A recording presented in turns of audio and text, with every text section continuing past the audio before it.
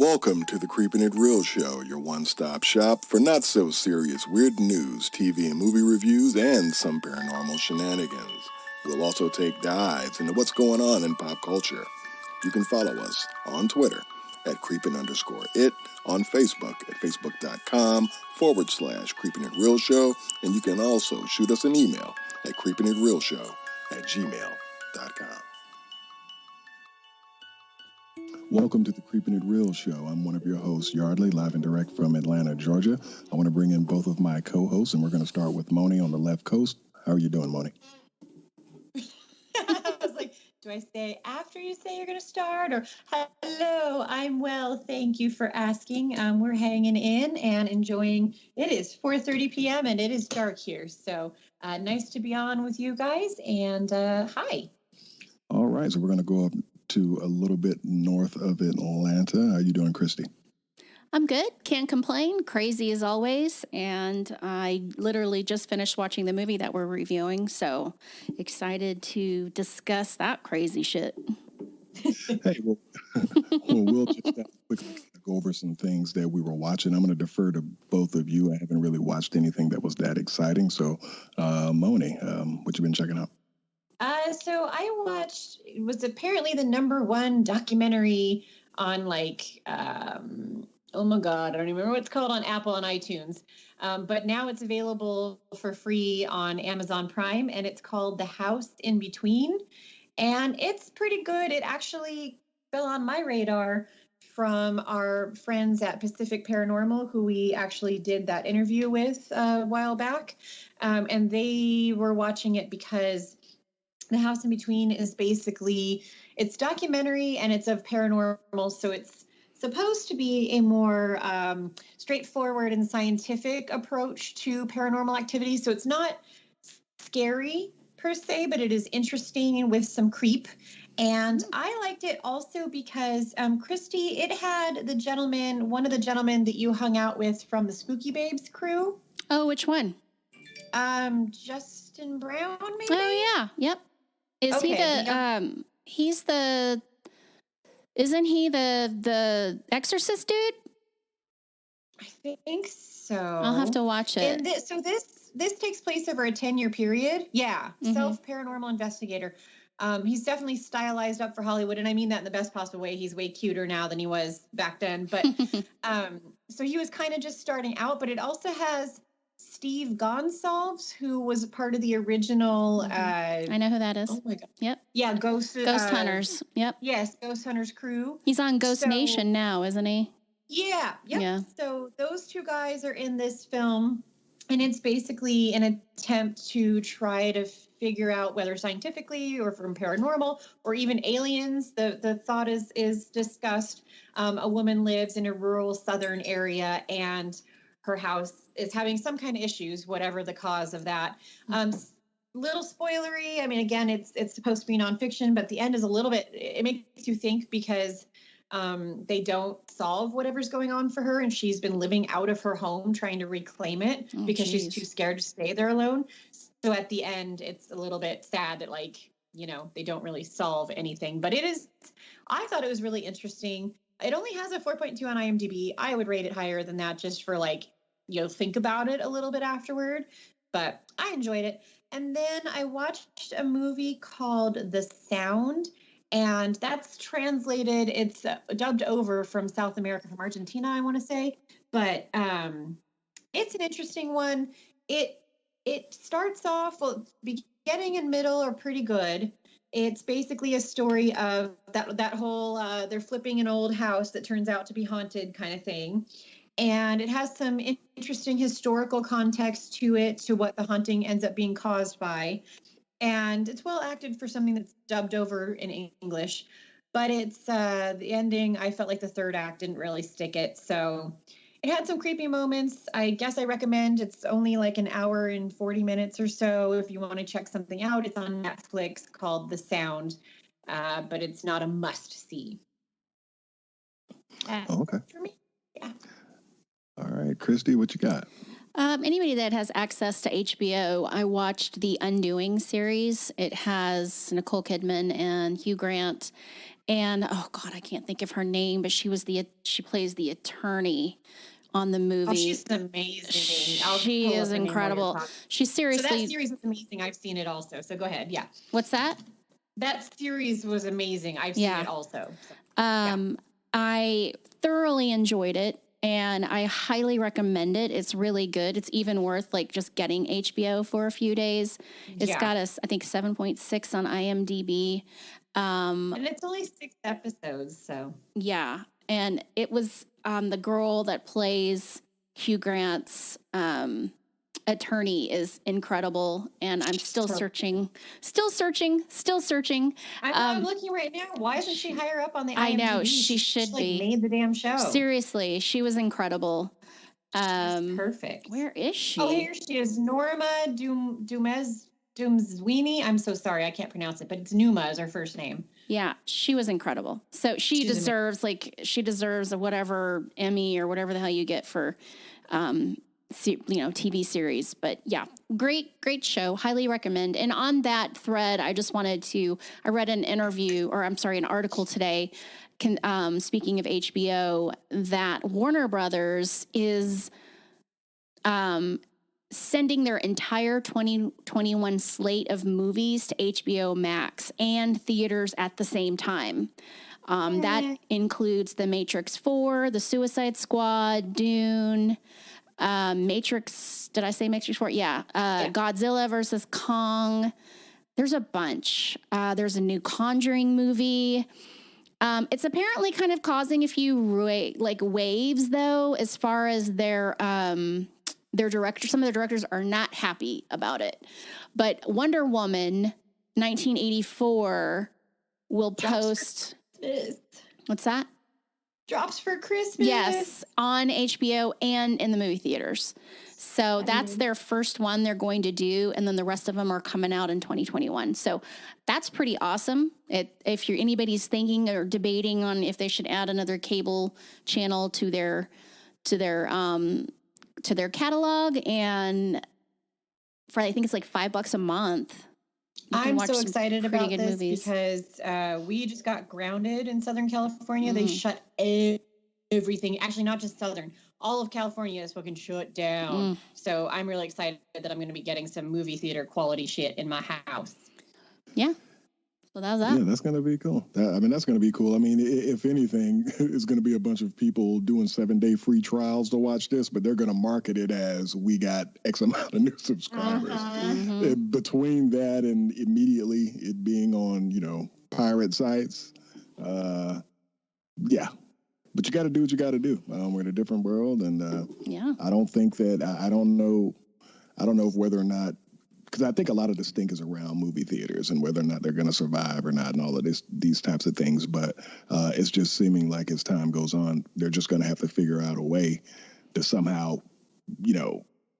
be able to make money on the other side of it as well. But it's not looking too good for theaters right now. But at the same time, I can't not watch. Exactly. Right. I just read that you can rent out an entire movie theater for $100 down the street with like food and everything. So you could if they were open. I was going to do that for my daughter's birthday, and that option got taken off the table as we got grounded. Yeah, so. They're open here. You know how we are. We got bowling alley. We got everything open now. Nobody wants to close down here. That would be impending people's rights. So that's the debate we're having out here. Yep. We'll see what happens with that, but I do think, for everyone who loves the theater experience, there's somebody else who's like, they're totally down for this and, and are kind of over it. So we'll see how that works out for theaters over the next, year or two. But today we're going to go ahead and dive into our spoiler review of The Call. And The Call is a 2020 South Korean thriller, and it was released on Netflix on Thanksgiving. It's based on the 2011 British and Puerto Rican film called The Caller. But this iteration revolves around two women from different times who end up connecting through a phone call which interchanges their fates. You know, I am really glad I pulled up the notes today while I was at the office to read and make sure I didn't need to be doing anything else for this show, because when you said that we were reviewing The Call, I thought you were talking about the Halle Berry movie. So I was like, oh, I've already seen that. So then I pulled up the note. Yeah, from like 2013. So then I was like pulling up the notes today and I read it. I was like, oh, that's not the one that I thought he was talking about. So whew, I dodged a bullet there. All right. So the movie starts off as the year 2019, and we see a 28-year-old Kim Seo-Yeon traveling to visit her sick mother, Yoon-ae. She ends up losing her mobile phone on the trip, and she finds an old phone from the 90s in her former childhood house. You know, once she gets settled in, she receives a call on that phone from a distraught woman who says she's being tortured by her mother. This strange call gets Seo-Yeon curious, and she starts searching through the house and figures out that the woman on the phone, whose name is Young-Sook, is living in the same house at that moment, but in 1999. The two are able to communicate across time through the phone, and as they talk, they exchange a lot of information about their lives. So as the two talk more and more, we learn that Young-Sook is an orphan that lives with her adoptive mother, who is a shaman. We also learn that Seo-Yeon lost her father in a fire that she blames her mother for. So as far as we're going to stop right here for a second, but as far as the concept of the movie, I myself personally hasn't seen like a thriller with kind of like the time space concept as they worked it out. Would y'all consider this just a thriller or thriller horror? I consider it more of a thriller after I watched it. I guess thriller horror, but I mean, there's a healthy dose of murder in it, so yeah, lots of blood. Love it. I would consider the plot, although on the thriller side, it was pretty, horrific. It was horrifying to me. I thought at first I didn't quite know what the hell was going on. It took me a little bit to kind of figure out what was happening. But yeah, no, I would categorize it in horror personally, because not just the death, but the concept. You're talking about supernatural stuff too, more than just like a killer, you know? Yeah. Yeah, I could get with that. Thriller, horror. And, the other thing is it's one of those deals where if you walked away from it and then came back, you're probably going to have to, rewind it. But once you if you continuously follow through it, it's not super complicated to follow. But that's what happened to me. Rewind if you if you step away, you're gonna be like, what? Yeah, I was like, I never have anything going on after work. Never. Nobody wants to have anything to do with me ever in this house. And then I have this one moment where I have to watch a movie before a show, and everybody needed me. So Madeline needed me to do her makeup for her senior pictures, and I'm like, had to stop it because I was like, oh, I can watch and do the movie. No, because I looked up and I'm like, what the hell's going on? So I had to stop and rewind. That's why I was running a little late, because I was like, I'm completely freaking lost now. So I agree with you. Do not, put your phone down. This is a movie that you want your full attention on, because there's so many little intricate details that you miss. Agreed? Oh, yeah. And actually, after watching this, it makes me even more curious to want to go back and watch the 2011 version to kind of see, what they did, differently, or how that one works. But as we go back, Young-Sook, after learning about Seo-Yeon's father's death and how it affected her, she sneaks out of the house to prevent the fire that killed him. She ends up being successful, which ends up changing Seo-Yeon's reality. We see that her parents are both now alive and healthy, and their house isn't run down anymore, and it's pretty lavish. We also see Young-Sook being tortured and punished by her mother, and she becomes resentful that Seo-Yeon's life has improved while hers is cruelly staying the same. So Seo-Yeon searches the internet and learns that Young-Sook was actually killed by her mother during an exorcism.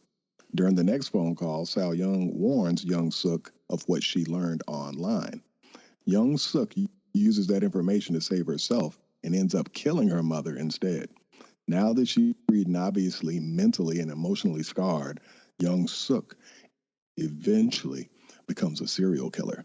And I'm sitting there saying, I don't know why you got sour grapes, because, you ended up, she knew when she was going in, and I know that she was doing it out of sympathy of all of those calls that she was getting, but it's almost like, how you going to get mad that you did her a solid, but nothing happened, for you. And I can get it when we see some of the stuff that that Young-Sook was going through. Her mother, as hot as she was really a bad person. Yeah. But, when she says, when she approaches her mother, confronts her mother tries to stab her, thinking she's stabbing her and it was a pillow, she confronts her and says, why are you trying to kill me? And the mother says, because I saw that you will murder people. So now this bears the question, did she murder people because of the what happened to her at that moment turned her that way? Or was her crazy mother correct and saw, due to her being a shaman, saw that she was going to be a murderer and was trying to save life? Like, that's really kind of a mind twister right there. Yeah. I definitely lean more towards probably the second one. What about you, Moni? I think that she was crazy. Yeah. The mom, I mean. I think they were both fucking crazy. Well, yeah. Oh, yeah. I just mean, so if you are really foreseeing that this person might be, a serial killer or going to be whatever, and you need to exercise the demon, she's just the cruelty and like the lack of hesitation she showed with everything she was capable of doing was just like really sick. And I wonder where her stepdaughter or whatever gets this mentality from. Shit. But when the mother said that, in my mind, when she killed the mother, my mind went retro. Like, some shit's about to go down. Because when her mom said that, it clicked. I was like, oh shit.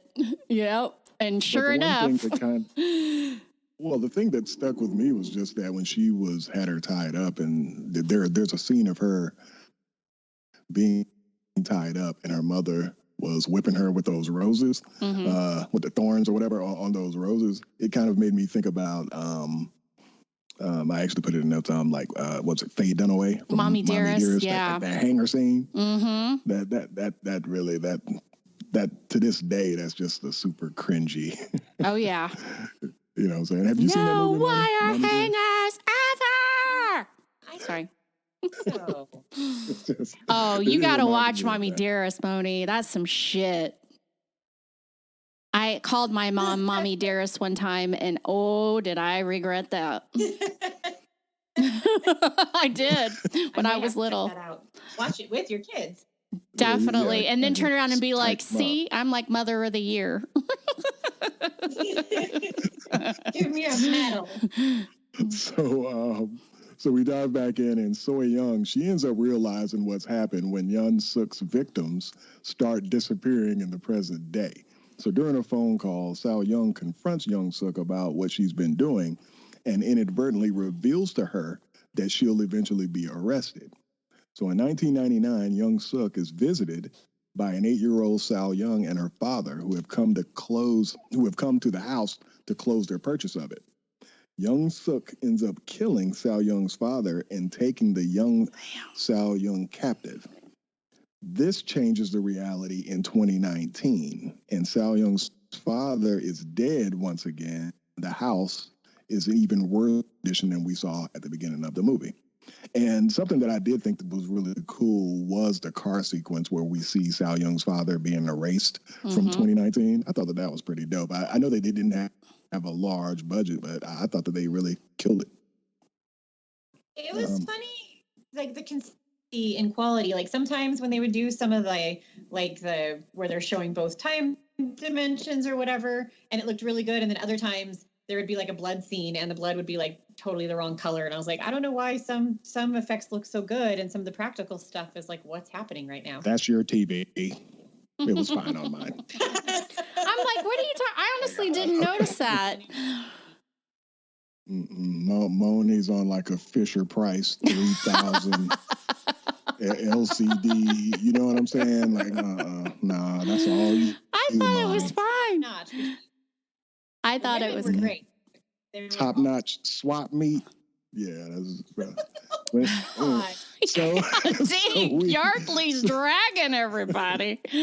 I thought it was a great sequence. I thought you could see it coming just because, they're putting all this emphasis on how they're in the car, and no, who cares if they're in the car? Like, some shit's about to go down. But I thought the twist where she then turns on her friend her time warp friend and starts knocking out her family was pretty, that was pretty brutal. Yeah. So Young-Sook calls Seo-Yeon and tells her to find out how she'll be arrested.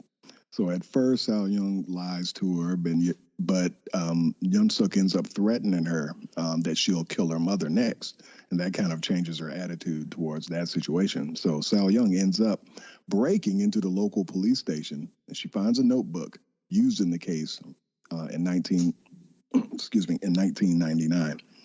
So Young-Sook taunts her by saying they're the same, because we found out that Seo-Yeon was the one that caused the fire that originally killed her father, and she lied about her mother being responsible. That was pretty. I could see a teenager doing that. But Seo-Yeon ends up giving Young-Sook the correct information about what's going to lead and how she's going to be arrested, and her reality ends up changing again. The house is now owned by an older Young-Sook who has continued unabated as a serial killer. And the content of the notebook ends up changing as well, with a note that Seo-Yeon's mother came to the house with a police officer and made a call on the cordless phone. Seo-Yeon ends up waiting in the house for the call and uses it as an opportunity to warn her mother. Let me ask both of you, if y'all were in that situation, would you be believing the, the call? It was almost like the Matrix call, except it was way more dangerous. Like, would you have believed it and kind of followed along, or you'd just be dead? I would have go ahead. We both say it at the same time. I would have been exactly like what they did. Because sometimes when you watch these movies, you're like, come on. I would have been exactly like her mother. It took her killing the police officer for her to get, this bitch is serious. Because of course you're like, what? Why is this girl saying, just random lady on the phone saying she's my daughter? I wouldn't believe it. No way. And I believe pretty much everything. So it would have been exactly the same, where she's standing there and then the police officer get hit. That would have been like, whoever this was knows what's going on. And then I would have listened and remembered the rest of the call, and, would have kicked into act gear then, which is exactly what happened. Yeah. Cosign. Same. It was believable that, it went down that way. Yeah. I have like a reflex action to just immediately hang up the phone when people start saying bullshit. So I'd have totally been smoked. But I have immediate reflex to hang up the phone, period, when people call me. No phone. Why are you calling me with your mouth phone? That's not right. Even on the 90s phone, I'm like, I'm not looking for another Georgia runoff ad, so I'm not picking up that thing. You know what I mean? Back then, whenever I answered the phone and I didn't have caller ID, I would just pick up the phone and I wouldn't say anything, and I would wait to see who it was. And if it was somebody I didn't want to talk to, I would just hang up on them. Just breathe heavy into the phone until they got freaked out and hung up. That's probably like everybody's standard. So if somebody was calling me from back in time, I'd be dead. So in 1999, Young-Sook ends up. Wait a minute, we're talking about phones, and I know this is totally off topic. Ramona, you ever used a rotary phone? Yeah, I own a rotary. Well, let me back up. I have an antique rotary phone that was my grandmother's, but I remember when I used to stay over there and I was a teenager, I used to use it to call my boyfriend. So it took like 5 minutes to dial the number. I still kind of miss that. Kind of. You know what I mean? Like if that was the only phone I'd have to use now, I'd probably hate it. But I kind of miss back then, like the dialing fast, all of that stuff. But anyway. We used to have like the mile-long cord in our house where I would like pick up the phone in the kitchen and drag it all the way into my bedroom. I would have to dial on the phone and then drag the receiver to my bedroom and to talk. And then my mom would tell me to get off the phone. And if I didn't, she would just hang up. She would hang up my call because the phone was in the kitchen. The phone, the 1999 phone that Young-Sook found, I remember back when those came out, like now all of a sudden motherfuckers all out in their front yard talking on the phone and all this stuff. It's like nobody cares. Nobody cares you got your little cordless. But yeah, but those phones really did bring back memories. All right, so in 1999, Young-Sook ends up killing the police officer and chases Seo-Yeon's mother to do the same to her. And in 2019, an older Young-Sook reveals herself and chases Seo-Yeon to kill her as well. Yoon uses the phone again, and Seo-Yeon picks up and encourages her to be brave and to fight. So Yoon and Young-Sook fight as Young-Sook attempts to kill the younger Seo-Yeon, and she seemingly sacrifices herself to kill Young-Sook. They go off of a balcony, and they hit the ground, and they really did look pretty effed up. And that ends up changing 2019 as well, with the house becoming run down and older, and the older Young-Sook disappearing from reality. So Seo-Yeon leaves the house and goes to a cemetery and visits her father's grave. And then she's very emotionally reunited with her mother, who appears live and well, but she's got scars around her neck from her fight with Young-Sook. And then the movie ends. So this is one of those deals where usually I would turn the TV, but I kind of left it on. And then there's like a mid-credit scene where the older Young-Sook uses the phone to call her younger counterpart and warns her about Yoon and the police officer showing up to arrest her, allowing her to change her own history. And just as Seo-Yeon is walking out of the cemetery arm in arm with her mother, all of a sudden we see her mother disappear from her side. So even in the end, Young-Sook, you know what I'm saying, was able to kind of, burn Seo-Yeon in that whole situation. But I thought it was cool. Did y'all catch that, or did y'all? Yeah, no, I caught it, and I actually rewatched it just before we started this, because wasn't there some kind of, so that was just like a fun ad. You don't think that they're setting up for like a second one or anything like that, do you? I don't think so. I mean, I think it does kind of have to be here. And I think that it's something that kind of landed with me was just the fact that,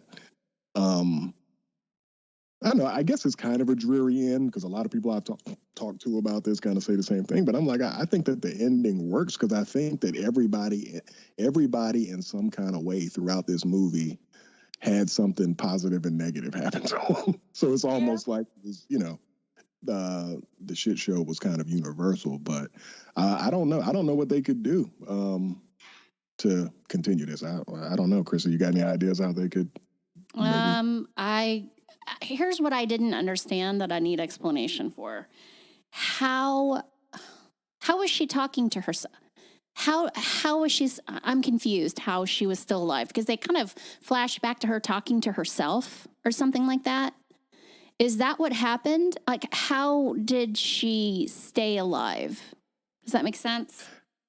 Well, in the but I don't think that she should have stayed alive, because even in the scene when they do a flashback to her, she's on the floor and you see a ton of blood, right? Like, on the floor. She looks totally destroyed. But in that extra scene, you just kind of see her, like, I guess she like moves her neck up or something like that. But I mean, I'm with you. I don't know if I don't know. I mean, it was only like a couple of floors up, like. Yeah, I mean, I think they fell. What do y'all think? Like a floor or two? It was like a balcony that was inside the house or something like that. So it's definitely survivable. But all of the blood that they added to that scene, you would say, well, how did they survive? Because they look kind of effed up. Yeah, I mean, I was like, I'm sure the mom's alive. But when they go back, the very, very end where the killer is talking on the phone to herself. And I'm like, how did she do that? I guess she's just telling her to like lay low. I couldn't understand what was happening, I guess, is my thing on that. I was like, I don't know. I was really, really confused for that very, very, very last scene. But everything else I loved. I loved this movie. I thought it was great. It's a good pick. Overall, what'd you think about it, Moni? You pretty solid? Yeah, I liked the movie. I liked the mind trip because it was something different. I liked the fact that the chicks were super hot. I like the fact that it was something I wouldn't have normally watched if Yardley hadn't had us do it, and then it turned out to be good. So, no, it was good overall. It's definitely left you thinking, and like I said, it was something different, and I would recommend it to our listeners. I mean, I just can't. Young-Sook's mom was just smoking. Like, she just had she was. whole. It was sad when she died. Dominatrix. Yes, dominatrix. That's what I was thinking. It was like a dominatrix in like a pantsuit or something. Like, she was just. I don't know. I don't think exercise my demons. She was definitely. I was like, shamans don't come like that. Like, you know what I mean? Like, what? I just don't even know. It's just a whole new breed, I guess. Like, and the thing is she was made to be like a villain, but she's right. She might have been a bitch, but she was right. That she's in the movie. I mean, I thought that it worked. I would have wanted more. I know getting more of her wouldn't have worked within the context of how they were trying to push the story along, but the little bit that she was in it was super effective, and she's, quite frankly, I almost feel like she's, if not more than, just as much of a memorable character as far as, you know what I'm saying? Like, I don't even remember what the dad looks like. You know what I'm saying? Like, right. what her, but she's definitely an effective character. So I guess out of 5 stars, I give it at minimum, I'll give it a 3.5, but I really did enjoy this. It's above average in my opinion. So I definitely recommend it on my end as well. I definitely do. I give it a pretty high rating because I really liked the concept, and there was quite a few twists. I know everybody who's listening to this knows the twists now, so it's not really that big of a surprise for you. But even if you haven't seen it, it's worth watching just because there were some things that we didn't even go over, that little twists and turns and things like that, that I felt like even the things that I saw coming was kind of like, oh shit, like they went hard in this movie. Seriously, like I assumed when she ended up killing her mother, instead of her dying, her mother's saying that I'm safe, I see that you're going to be killing people, like that, that really like turned the light on, flipped the switch for me. Like, oh shit, this is probably going to be what happens and sure enough, but it was even more like sinister, and I really liked how she was like holding the little girl, the little version of her hostage to get herself out of all this mess. It was an interesting concept. I really enjoyed it. I'd give it a 7.5, 8. Yeah. Okay. All right. Well, you have a star rating for it, or a 1 out of 10 rating for it, Moni?